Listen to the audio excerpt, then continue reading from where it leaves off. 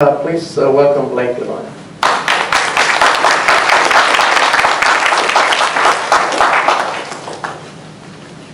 I want to thank you guys so much for having me here.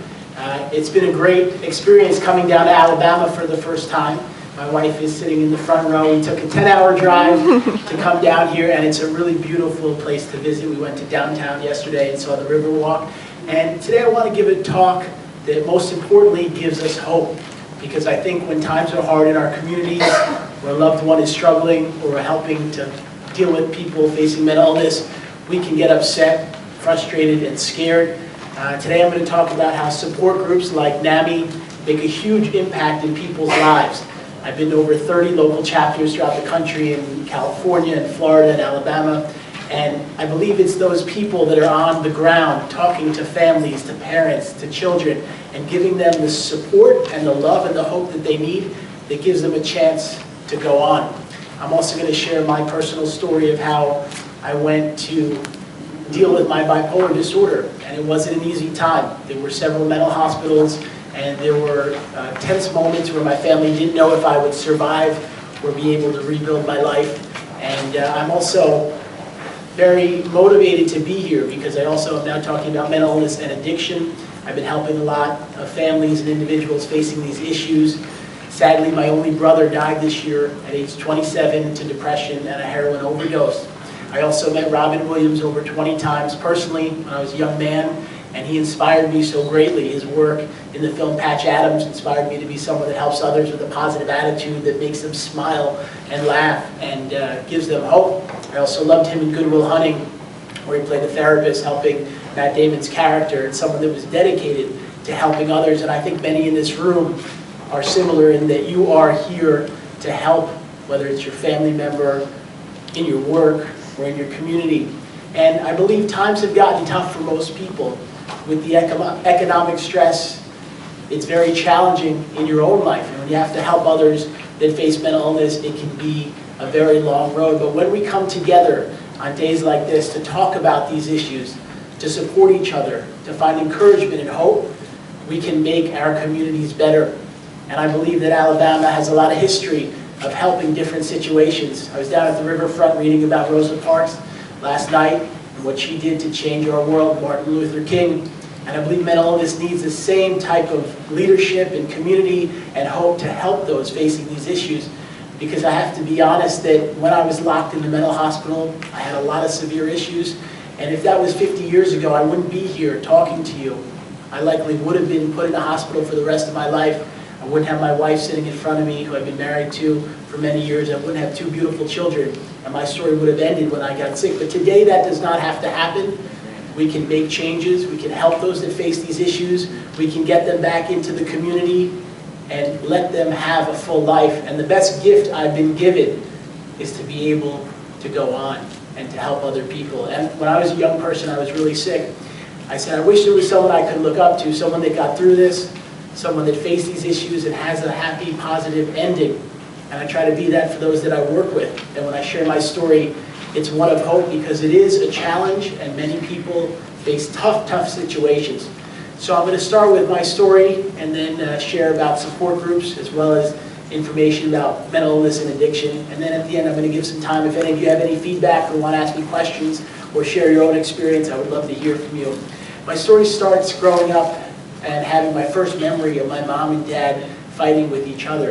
In fact, my dad was beating my mom, and it was very tense and stressful. I was about 2.5, 3 years old when I remember hiding in the closet because they were fighting. And that feeling of security that children need as a young person was not really there. My parents were very different. My mom was 16 and lived in Ibiza. Her mom was a hippie and traveled all over the world and would just get up and go to different places. And my mom always was kind of advanced because she moved and traveled and spoke several different languages. When she was 16, my dad went to Ibiza, Spain. And he was 32 and a lawyer, and they fell in love. And shockingly, her mother said, here's $20, go to New York with him and have a good life. And they started to date and had some fun and excitement in New York City. They went out partying to places like Studio 54, where Andy Warhol and lots of celebrities would hang out. And my dad used alcohol and drugs, and it was very tense. And eventually, they got married, and my mom got pregnant with me. There's a funny story that the night before I was born, my mom was 9 months pregnant with a huge belly, and she was dancing at Studio 54. She was the only pregnant woman to be in there, and she went from there late in the evening to the hospital, and I was born in the middle of the night. As she had me, she realized that I needed to have a different type of life. She wanted to move to the suburbs and raise me in a calm and peaceful environment. My dad and her began to have problems and fight, and he was abusive at times. They ended up getting a divorce, and if you can imagine a 21-year-old woman trying to divorce a lawyer who's much older and has a lot more money, it was a really hard experience, and she ended up getting full custody of me, and he was very angry. They ended up starting to fight again, and I'll never forget walking down the street in New York City when I was about 3 years old with my mom and her friend. A car came up, big man got out of it with my dad, pushed my mom and her friend to the ground, picked me up in the car, and drove me from New York to South Carolina. My mom had no idea where I was, and I can only imagine, I have 2 young children, being away from them for this weekend. To be here is hard. Losing a child for many months, I can only imagine how tough it was for my mom. She ended up losing about 40 pounds from an already thin frame. She was very depressed and struggling to survive. She found a therapist, and the therapist looked her in the eyes and said, "You have to get healthy for your son. If you get him back, he needs a mom that's strong and that can be there to support him and love him." And she went on a journey to rebuild her life, knowing that she'd have to get healthy to have me back. Eventually, she did find me 10 months later, and it was a very amazing time to be reunited with her. And somehow in her heart, she found it to forgive my dad for a number of reasons. First of all, she was worried he could take me again or kill me. Back then, there were things known as parental kidnapping, so it wasn't as if the police or the FBI or anyone would get involved. So because he was a lawyer, he didn't really have to go to jail for very long, and they ended up having an arrangement. I would see him on the weekends, and I'd see him during the week, and my life was somewhat calmer having both parents again. My mom eventually got remarried to a wonderful man, my stepdad, who's been so kind and giving to me, and she had 2 other children. My dad also got remarried and has a beautiful daughter. And I would go visit my dad on the weekends, and my first dream was to play baseball. Like many little kids, I wanted to be a professional athlete. And I remember going to the park every day, and though my dad had his flaws, he would love to play, and we'd play 5 or 6 hours. And I remember watching baseball on TV and thinking, wow, it'd be cool to meet some of the players. So I went to Shea Stadium, and during batting practice, I met Darryl Strawberry, and I got his autograph. I was like, wow, it's so cool to meet someone, you know, that has achieved this success and is a player. And I started to collect baseball autographs. And as I grew a little older, my dad lived in Manhattan, and we'd walk around to all the hotels and restaurants and Broadway theaters and start to meet famous people. And I'll never forget meeting Robin Williams. He was at a hotel called the Regency, and we would go there on Sunday mornings. There were a few collectors that would hang out there. I remember seeing Goldie Hawn with her daughter, Kate Hudson, who was only about 12 at the time, not yet famous. And Michael Landon was there. I met him on the last trip he came to New York when he was very ill. And it was just a fun time to meet these people and have these experiences. And Robin was so great. And I remember there's this great picture of me at about 10 with his arm around me. He's got this cool hat. And he would always joke and tell stories and laugh and just bring light wherever he went. I know that every time I met him, he was always smiling and giving and so kind. You know, standing out there with fans, taking pictures, talking, sharing stories. He was always willing to give of his time and energy, and that never changed in his whole life. And this was such a great time for me because I had all this energy, and it needed to be channeled in some way. And by the time I was 14, I had met over 5,000 people. And the list goes on from Mother Teresa to Princess Diana to Michael Jackson to Brad Pitt to Britney Spears, Paul McCartney, Ella Fitzgerald, Dizzy Gillespie, and literally every notable person. I remember a funny story as we went down to Washington, because I used to see President Clinton on television, and he would go jogging outside of the White House, and sometimes he would stop and take a picture, sign an autograph. So school was ending. I said, Dad, let's go down to Washington. Maybe we can meet President Clinton. And this is before 9/11 and all of the security and terrorism things we have to be careful of these days. And I went to the White House at about 6 in the morning, and we were there till about 9, and nothing had happened. And my dad doesn't have very much patience. He says, let's go, let's leave. And as we were about to leave, a car pulled up, and there were 3 gentlemen in there who rolled the window down at the gate and said they were there to jog with the president. They were astronauts. And I figured, oh, he'll jog out, maybe have some security, and I can go up to him. When he came out with a 20-car motorcade. And in my youth and probably manic energy, I decided to jog for 4 miles after the cars. And along the way, there was a camera crew that would film him every time he would go jogging in case something happened. And they said, "What's your name? And where are you from?" I said, "Blake LeVine." And I came to get his autograph. And we were going around a park. And he was maybe here. And I decided to run through the park. And I was really right up after him and about to get up to him. And I had shorts on and a t-shirt, so I obviously had nothing dangerous on me. And the Secret Service jumped out and said, "Get out of here, kid. It's not going to happen. Get out of here." I said, "What kind of country is this? You can't get the autograph of the president." And I laughed and went back and found my dad. I said, "Dad, we might be on TV, but he didn't sign it. Let's go home." He goes, "Oh, you're not going to be on TV. Just go home." So we go home that night, and I'll never forget calling my mom to tell her I was coming. She goes, "Blake, you're on TV. Every single channel has this boy, John, the president, and they want to know who you are and what happened." So I did an interview, and it's funny, Bill Clinton was running against Bob Dole in the next election, and I had actually met Bob Dole to get his autograph. There used to be a train that would take the senators in Washington. It was so nice. And I said on CNN, I met Bob Dole, and I'd love to meet President Clinton. So somehow in the White House, they heard about this because it was on CNN and headline news all day. And the next day, I get a call from the White House. And they say, "Listen, President Clinton heard about your story, and he felt very guilty and bad. He'd like to meet you. Can you come down to the White House this Saturday?" I said, "Of course."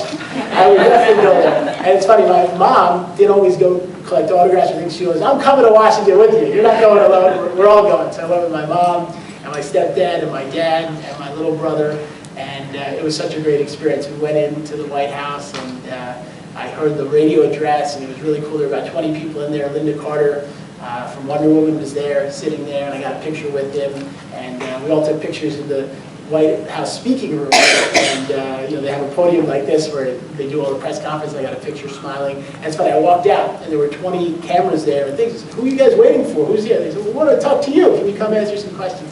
So I answered some questions. It was just an amazing experience, and my life seemed really great. I wrote a book at about 14 about meeting all these notable people. I had appeared on all these TV shows, and people were calling me a prodigy and saying, "Wow, look at all you've accomplished." About a year later, my stepdad and mom had to move for his job. We moved from a small town called Marlborough, New Jersey, to a town in Long Island. And when I got there, I thought all the kids would be nice, and I'd make new friends, and I'd been working in therapy to get stronger. And the kids were really tough on me. They would pick on me, call me names, and beat me up on the bus. And I kind of got very depressed. And I remember, going from being in a safe community where I felt loved and supported to feeling very anxious and very upset. And one day, it all kind of fell apart. And I was very nervous and panicky, and I felt like my brain was bleeding. And I told my mom this, and she called our local doctor, and she said, "Listen, he's fine. Just, give him a sleeping pill if you have one. He'll go to sleep. He'll be fine." And I wouldn't stop. I kept persisting over and over again. And finally, at about 2 in the morning, they took me to our local emergency room. And I went there, and I told them about all the things I'd been doing and how I was. And my speaking was very fast. And I'll never forget being 15. They say, "Listen, I think he needs to stay here." And they walked me up to the psychiatric unit. And my mom and stepdad took me to the room. And I was 15 and was going to stay there. I'll never forget her crying and walking out of the room and them locking the door. And for the first time, I experienced being in a mental hospital. And I spent 30 days there. They diagnosed me with bipolar 1. And they put me on different medicines trying to stabilize me. And I was somewhat stable, but not really back to being healthy again. After 30 days, my insurance lapsed and they let me leave. And life was really hard. I tried to go back to school, but I began having hallucinations and delusions and paranoia. And over the next 2 years, I was in and out of 5 different psychiatric hospitals, each for a month at a time. I was even at Bellevue, which was a very scary hospital in New York City, and my brain was really off. I remember being in Bellevue, and there was a redheaded woman.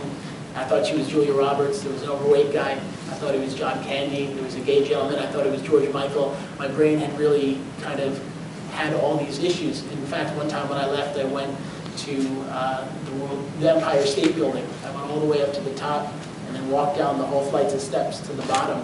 I believe spies were after me in New York City. I remember going to Kinko's and making copies and telling them that people were stealing my information, and my life had really fallen apart. All the success and things I had obtained earlier in life were gone. I had no friends, couldn't go to school. I was really not able to function. And I'll never forget, my mom paid a lot of money. She was so scared and upset about all this because she felt like she was losing me again. And she read every article and every book. every magazine, talked to every therapist, doctor she could go to, and she found this top bipolar expert in New York City, a psychiatrist who knew all about the illness and was considered one of the best. And we went to see him, and I'd been through a lot, and so he said, listen, he's really severe. Please just expect for him to end up either in a permanent mental hospital or in group home. Don't expect him to work or finish high school or get a job, and just accept that this is what happens when you have severe mental illness. But my mom is a fighter, and she wouldn't give up.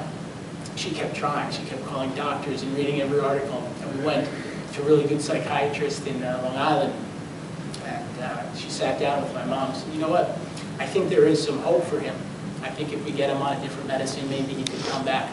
And we started a new medication regimen. There were some new medicines out. I took an antipsychotic and a mood stabilizer. And about 2 weeks later, I noticed that my brain was kind of normalizing again. And I said, wow, look what all I have been through. I lost the ability to have friends and go to school. And if I don't take this serious, my life is over. In the beginning, I was in denial. No one wants to accept they're mentally ill. No one wants to accept that they have to take medicine for the rest of their life. I went from being a kid who thought I was a big shot, meeting the president, being on TV, to being locked in a mental hospital, and to accept that I was really sick and how severe this was really tough and really trying. But I prayed. I wasn't that religious. I'm born Jewish, but my parents didn't have a lot of religion in my life. But I started to pray. I said, God, if you let me get through this, I will do everything in my power to keep going and then to help other people. And things slowly got better. I went back to high school at a special school for kids with mental illness, and I finished high school. I started college part-time at a pretty relatively easy school. I then went full-time and finished college. In college, I started to do a lot of fun things. I realized even though I have a mental illness, I could still enjoy hobbies and passions and fun. I joined the local newspaper at school, and they also had a TV station where we could do shows. I had a show. I went back and started interviewing notable people.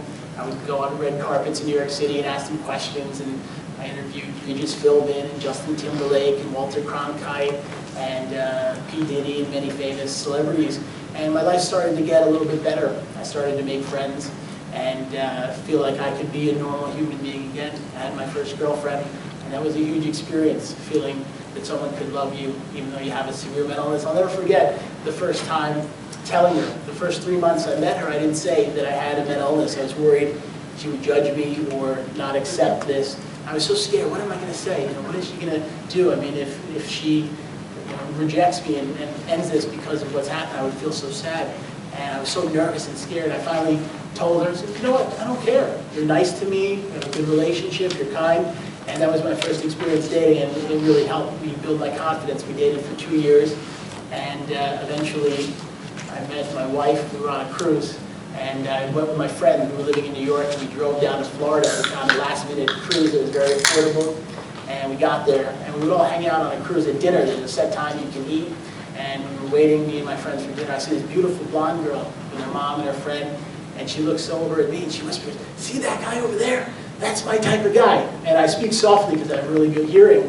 And I went over there and started talking to her and said, okay, this is good. And we started to hang out on the cruise. And she was moving to New York, near where my dad lived, to go to school to be a physician assistant. She was going to be there in a couple months. And we began to date, and things were really wonderful. And eventually we went to New York City and had a great time there. And I always like to do interesting things. So I had heard that Dr. Phil was looking for relationship stories for an episode, a Valentine's Day episode. I had shared that I had been through a lot and that my parents had a real bad divorce. I was a little nervous to get engaged, and they happened to call me back and say, hey, we'd like to share your story, but don't tell her, because if you decide to get engaged, we're going to surprise her. So we had this great story that MTV, I do documentaries and stuff, that MTV was doing a documentary, and then I was going to California for that. And I went out there, and I'll never forget, they wanted to film me going through the airport. And they had one little camera, and they said, just go outside, there's going to be a taxi, and get in the taxi. As I'm walking outside, there's cranes and lights and 50 people all around this taxi.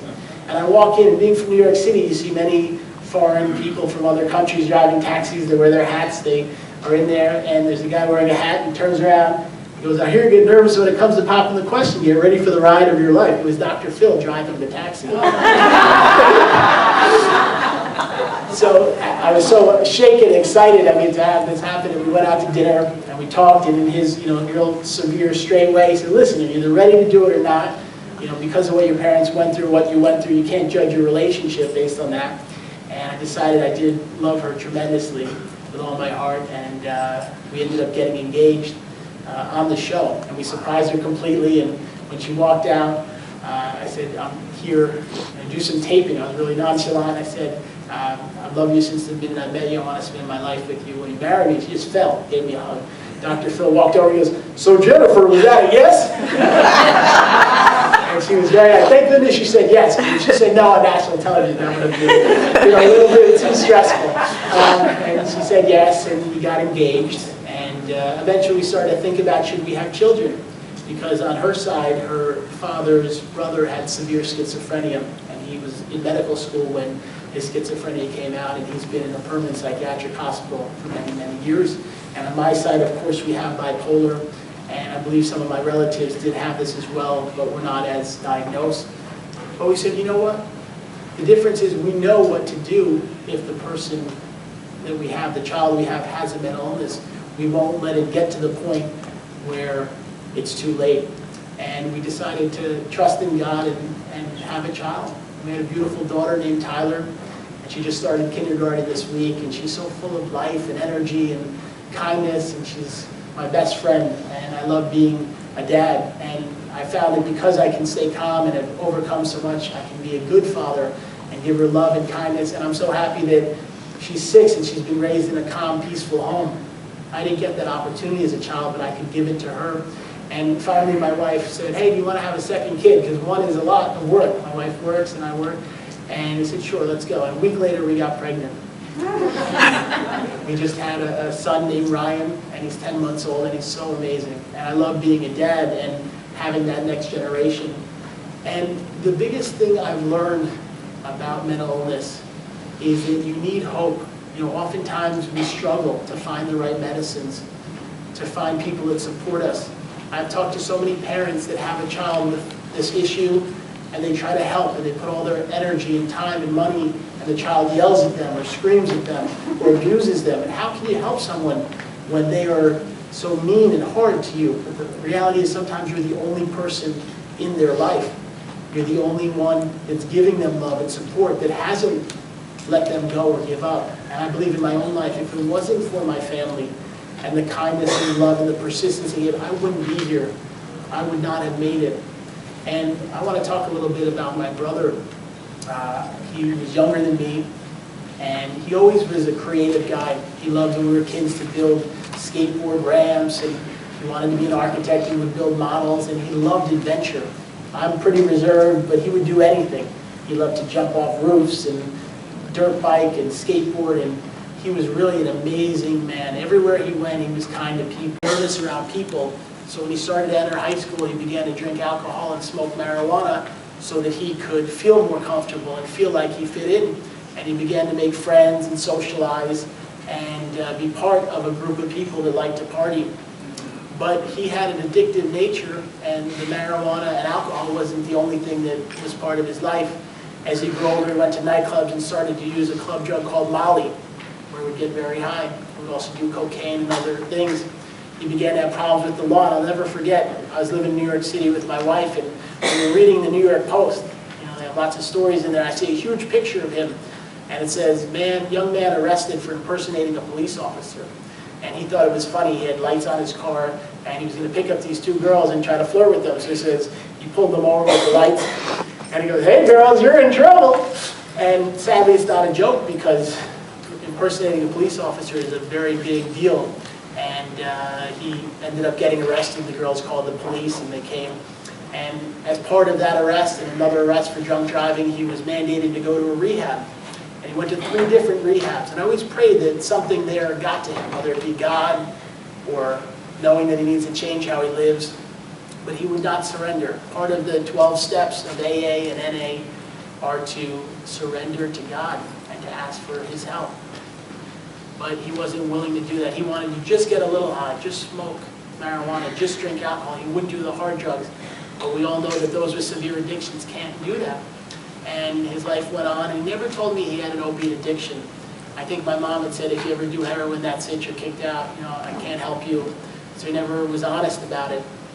I was living in Los Angeles. It was always a dream to live there, and my wife and I moved there a couple of years ago, and I invited him to come. I said, why don't you come? Live here for a while, I'll take care of you, I'll take you under my wing. My goal was to guide him and help him grow up to be a successful person. He had a lot of creativity, and he was a wonderful human being.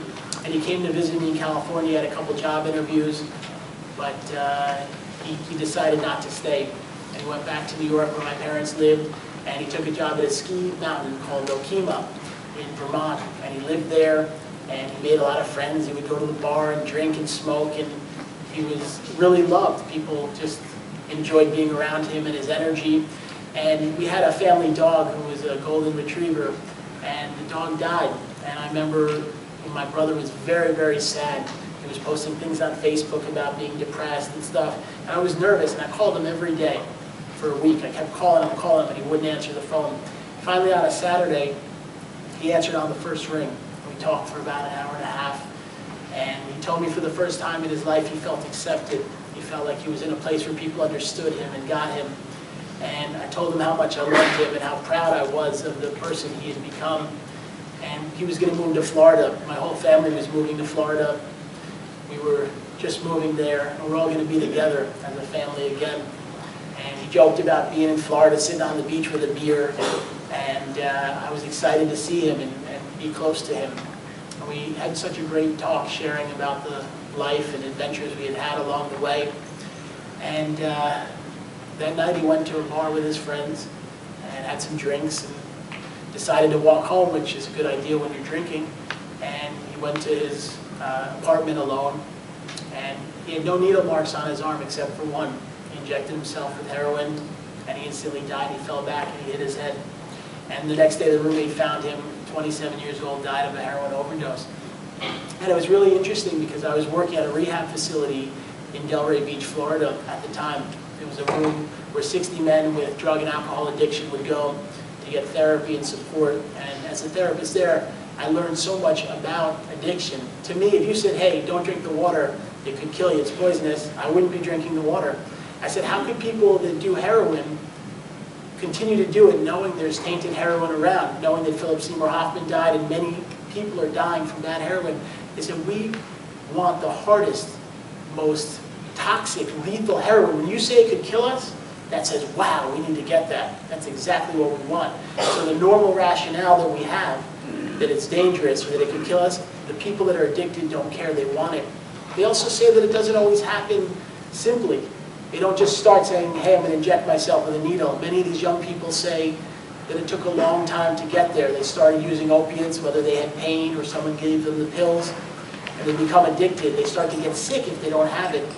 They compared it to having the flu 100 times worse. And because of that, they need to get the opiates. And when they can't get them anymore from a doctor or on the black market, they begin to do heroin because it's cheaper and easier to find. And many of these people start injecting themselves with needles, and they say, I never thought I'd be a person with a needle in my arm. But they end up becoming that. And I've seen all different people, African American, Caucasian, Asian, Indian, all types of us struggle with these addictions. These are people from poor backgrounds, middle class backgrounds, wealthy backgrounds. It impacts all of these communities the same. And in New York, there's a problem with these drugs. In Florida, where I live, there are issues. In California, here in Alabama, it is just as severe. The problem is once they are hooked, it's so hard to stop. But I believe that there's one thing that can impact this. And in my own life, facing all these challenges this year, there was one thing that kept my life going and allowed me to continue to be a dad and a husband and a social worker and a coach, and that is to have faith, to believe in some type of God. And I have to be honest, I respect every religion out there and every belief, and I'm not here to tell you what to believe, but in my own life, having a relationship with God has allowed me to get through. And when my brother died, at his service, many people were drinking alcohol to cope with the pain and the loss. And my emotions were so strong to lose him and to know he's gone. But I made a choice. I said, I don't want to become an addict. Drinking might stop my pain for the moment, but it'll only get worse. My wife, who I love, had a very bad depression this year, and she's, thank goodness, doing better. But between her depression and the loss of my brother, my grandmother also passed away. There were many times I could have chosen alcohol or drugs to numb the pain, but I made a choice not to do that. And the one thing that got me through was faith. I pray every day. When I wake up in the morning, I thank God for being alive, for giving me another day, for allowing me to continue and to go on. I feel grateful to be here, to be able to share this story and provide some hope. And I know that we can all get through whatever we are facing. When times are tough with the economy, or with our families, or with our hearts, we need to have hope, and we need to keep pressing on. And when I was invited to come here, I was so grateful to make the 10-hour drive, because I know this community is coming together, and the people in this room represent the change we can make when we help each other. The reason I love to go to NAMI support groups is these are the places you can find others to help you, to nurture you, to encourage you, and to be part of a community. Because facing these issues alone is too hard. When you have a child with mental illness or addiction or both, it is draining and tiring. You need other people to give you the love and support and encouragement and to help each other. And I know that things are not always simple, but we can come together and impact others. And I know that it's something that you all do every day. There's a lot of people in this room who work at support groups, who help those with these issues, that work in the health community. And the work you do is so valuable. When you look at a parent and you say it's going to be okay, when you tell a child with mental illness, you can get through this, when you believe in them, it does something amazing in their life and in their heart. It's those that believed in me and that didn't give up that allowed me to have hope. Because when we don't have an ability to believe in the future, things are hard. When we say, you know what, I'm going to get through today and do the best I can. I'm going to try to keep a positive attitude. I'm going to try to be kind to other people. I'm going to try to be loved wherever I go. Because we all need love. And many with mental illness and addictions don't feel loved. They don't feel supported. They feel different. They feel awkward. They feel as if people judge them. But that can change.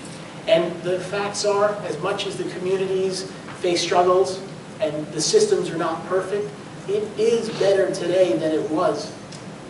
Think of it this way. If I was born 50 years earlier, I would have definitely been in a permanent hospital. The medicines that I take are not perfect. The clients I work with say, don't you get side effects, you get tired, and I have to be honest. For many years I was tired. I did struggle. But the medicine allowed me to get my life together. And if I didn't have the ability to get mentally stable, I wouldn't be married, I wouldn't have children, and I wouldn't be able to handle the pressures of life. There's a lot of things we can do holistically, which I work with my clients to do. I'm not a psychiatrist and don't prescribe medicine, but I believe there's everyday activities. This includes working out. Even if you're infirm, you can still walk, or use your hands or your legs, be active. Many with mental illness have told me they go to the gym for 4 hours and they love it, and they don't go for another month. I decided to go every day for an hour. I go for a walk or a jog. And each day, in and out, this creates my body getting stronger and healthier. I used to be addicted to junk food. I love Pizza Hut and Wendy's and Burger King and all those places, but I realized it wasn't good for my health. I started to eat more salads and juice, and I don't love vegetables, so I blend them up into things so that I can get the vegetables I need. And eating healthier and doing these things, it can change how we feel. And finding support, whether it means going to the support groups and finding friends, getting a coach or a therapist, someone that can be there for you. The people that I work with, they call me every day to check in for 5 or 10 minutes. They tell me how they're doing. We set actionable goals. For some people, I talked to a gentleman today with severe depression.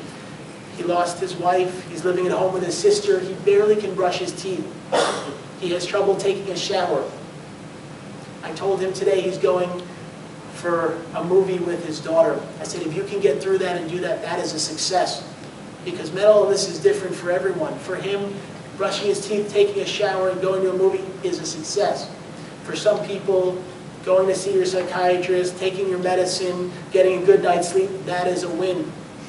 Other people with mental illness can work, have careers, maybe even get married. Whatever they are capable of doing, the more hope and love you give them, the better chance they have to achieve what is in their capabilities. And I want to thank each of you for what you have done. I don't know all of you personally, but I can tell that many of you have impacted others' lives. And not every person with mental illness can come up here and share how grateful they are, how much love they feel for those that support them, how you've touched their lives and given them a chance to get things stronger and healthier. But it's people like you, people like us, that make a difference in our communities and that create the hope that we need. And as things get more stressful and we face all the financial issues and all those things, we need the love and support even more. And maybe you can call someone and say, you know what, I care about you. Or tell them and look them in the eyes and say, I love you authentically no matter what you've been through or what you've done. Maybe you can give them a hug. Those simple things are extremely powerful. When I was sick, I was alone. I had no friends. I felt isolated and different. And that's one of the hardest things to face. Because when you struggle and you have trouble looking people in the eyes or talking to someone, it is really hard. People have come to me and say, you know what? Going to a restaurant is really tough. Going for a walk is hard. Going to a store is challenging. You can imagine that every single thing they do is hard. And that takes a lot of energy and a lot of strength to keep pressing on. But when you are supportive and loving to them, they can get stronger. They can rebuild. There was a time in my life where I had lots of anxiety and fear, and the simplest things were tough. Going for a walk was hard. Going to a store and talking to someone. But I kept going and persisting and being in my therapies, being in my support group, taking the medicine, and eventually it got better. And small, slow steps are a success.